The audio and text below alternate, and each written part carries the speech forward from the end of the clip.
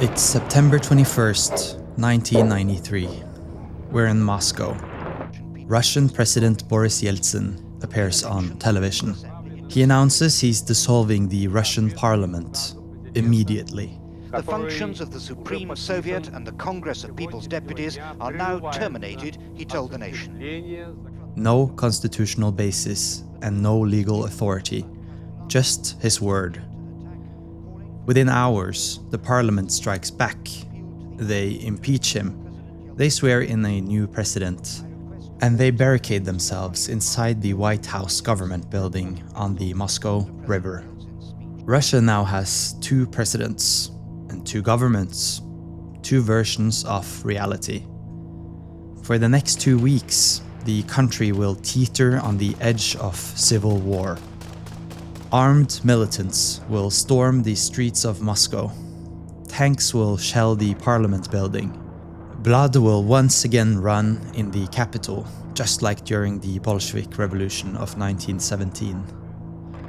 When it's over, 147 people will be dead. Democracy in Russia will be finished, and Boris Yeltsin will have set the stage for everything that comes after. Let's go back to where this all started, December 1991. The Soviet Union collapses, 74 years of communist rule, and almost overnight. Russia becomes independent for the first time since the Bolsheviks seized power in 1917. But there's only one problem. Nobody planned for this. There's no new constitution, no clear rules. The old Soviet constitution from 1978 is still technically in effect. It's been patched together with amendments, including one from April 1991, that created a presidency separate from parliament. But the constitution doesn't say who's actually in charge. The president or the legislature. It's vague, deliberately unclear. And that ambiguity will tear the country apart. Boris Yeltsin is Russia's first president, elected in July 1991, just months before the Soviet collapse. He's charismatic, a political survivor. He played a key role during the failed August 1991 coup, which I made a video about that you can check out here. He became a national hero. But hero or not, Yeltsin's first priority isn't democracy, it's power, his own power. He runs the government using a simple strategy: divide and rule. He sets government factions against each other. Ministers spend more time fighting each other than governing. Yeltsin fires and replaces them constantly, creating chaos and instability. It works for him, but it's a disaster for everyone else. At the same time, Yeltsin launches radical economic reforms. The goal is to transform Russia into a market economy. Fast. Prices are freed. State assets are sold off. Tens of thousands of Soviet-era businesses are privatized in a rush. The result is what you'd expect. A handful of men gets incredibly rich. Everyone else gets poorer. Living standards collapse. Inflation spirals. Ordinary Russians who survived the Soviet Union now can't even afford food. And while the economy burns, a political war is brewing. On one side, Boris Yeltsin and his reformist allies, backed by the West, convinced that only radical change can save Russia. On the other side, the Russian parliament, controlled by conservatives and former communists, they think Yeltsin is destroying the country. The leader of this opposition is Ruslan Khasbulatov. He is chairman of the Supreme Soviet, Russia's legislature, a skilled politician, a fierce opponent of Yeltsin. Personality clashes make everything worse. Yeltsin and Khasbulatov hate each other. By early 1993, the political branches are at war. In March, Parliament strips Yeltsin of the special decree-making powers he was granted after the 1991 coup. Yeltsin refuses to accept it. He's not giving up power. Not now, not ever. So he calls for a referendum.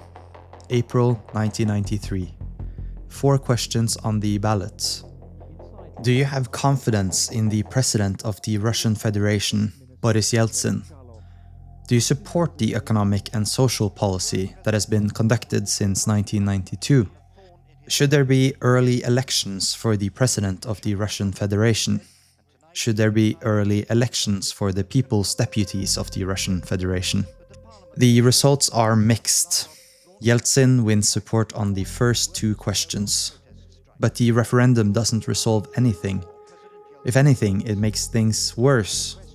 Because now Yeltsin decides to act. Summer of 1993. Yeltsin sets up a constitutional convention. The goal is to write a new constitution for the post-Soviet Russia.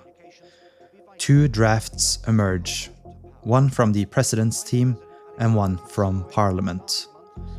They're contradictory, fundamentally opposed.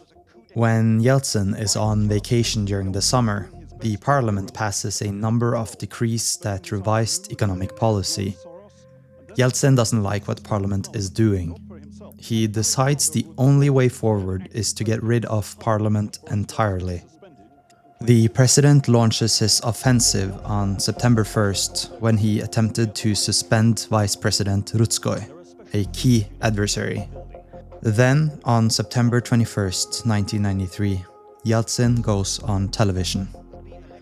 He announces that he's dissolving the legislature. He's calling for new elections in December. He's bypassing the constitution entirely. This move has no legal basis. The referendum didn't authorize this. The constitution doesn't allow it. Yeltsin doesn't care.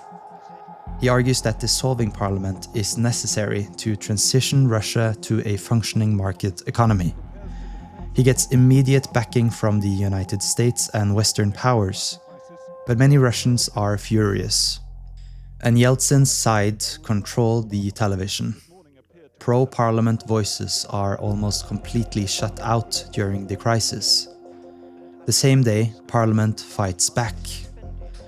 After an all-night emergency session, the Supreme Soviet votes to impeach Yeltsin. They swear in Vice President Alexander Rutskoy as acting president.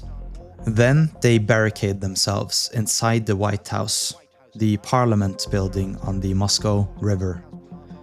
Rutskoy immediately dismisses Yeltsin's ministers of defense, security, and interior. Russia now has 2 presidents, defense ministers, interior ministers, and security ministers. 2 versions of the government. Yeltsin announces presidential elections for June 1994. Parliament responds by calling for simultaneous presidential and parliamentary elections by March 1994. Then Yeltsin escalates. He cuts off electricity to the parliament building, cuts off phone service, and cuts off hot water. Weapons are handed out to civilians loyal to parliament. Tens of thousands of Russians march in the streets. Many of them are protesting the economic collapse and the poverty, the chaos of the last 2 years. The city is splitting in 2. September 25th. Troops and police loyal to Yeltsin surround the White House. September 28th. The first violence. Clashes between police and pro-parliament demonstrators. The Interior Ministry moves to seal off the building. By October 1st, the Interior Ministry estimates that 600 armed men have joined the parliamentary defenders inside the White House. October 2nd, more street fighting. Barricades go up. Moscow's main roads are blocked. Then comes October 3rd. That morning, Armed supporters of parliament storm the police cordon around the White House. They break through. They remove the barriers. Alexander Rutskoy appears on the balcony. He greets the crowd. He tells them to march on the mayor's office, then to seize the National Television Center at Ostankino. The crowd obeys. Thousands fill the streets. It feels like a revolution. Yeltsin declares a state of emergency at 4 p.m. By evening, pro-parliament forces reach Ostankino, the television building. Control the media, control the message. But they're met by riot police. A battle erupts. Part of the complex is destroyed completely. The station goes off the air. 46 people are killed. By midnight, the Interior Ministry has pushed the attackers back. But the crisis isn't over, not yet. Everything now depends on one question. What will the army do? Some generals publicly support the parliament. Others stay neutral. Yeltsin works the phone all night. By sunrise on October 4th, the army has made its choice. Tanks roll into Moscow. They surround the White House. At 7 a.m., they open fire. Shells punch holes in the building's facade. Smoke pours from the windows. The assault continues for hours. By noon, special forces storm the building floor by floor. The remaining defenders surrender. Kaspulatov and Rutskoy are arrested. By mid-afternoon, resistance in the streets is crushed. The crisis is over. Yeltsin has won. The final toll: 147 dead, 437 wounded. The deadliest street fighting in Moscow since the October Revolution in 1917. All those arrested, including the parliamentary leaders, will later be granted amnesty and released. But the damage is done. With parliament defeated, Yeltsin moves fast. He schedules elections for a new parliament in December 1993 and a referendum on a new constitution, his constitution. The new constitution passes. It gives the president enormous powers. His handpicked successor, Vladimir Putin, shuts down those investigations. In exchange, Yeltsin steps aside quietly. Putin builds on what Yeltsin created. He consolidates power even further. He dominates parliament with the United Russia Party. He removes what few institutional safeguards remained. The system Yeltsin built in 1993 becomes the foundation for Putin's authoritarian state. So what really happened in October 1993? On one level, it's a story about a power struggle. Two leaders, two branches of government, neither willing to back down. But on a deeper level, it's about Russia itself. The Russian Federation as a political entity was essentially founded in October 1993, not in 1991 when the Soviet Union collapsed, and not in 1990 when Yeltsin was elected. Before October 1993, Russia had dual power. An unfinished revolution. The economic transformation had begun with radical reforms in 1991 and 92. That was the economic phase. October 1993 was the political phase, the moment when one group seized total control and locked it in with a new constitution. The adoption of the 1993 constitution institutionalized Yeltsin's victory. Presidential power triumphed over parliamentary power. The movement from communism to capitalism was legally secured, and so was the idea of concentrated executive authority. Democracy, in the Western sense, never really stood a chance. October 1993 proved that when push comes to shove, power in Russia flows from force, from control of the military, from control of the television, not from elections, and not from the law, and not from the people.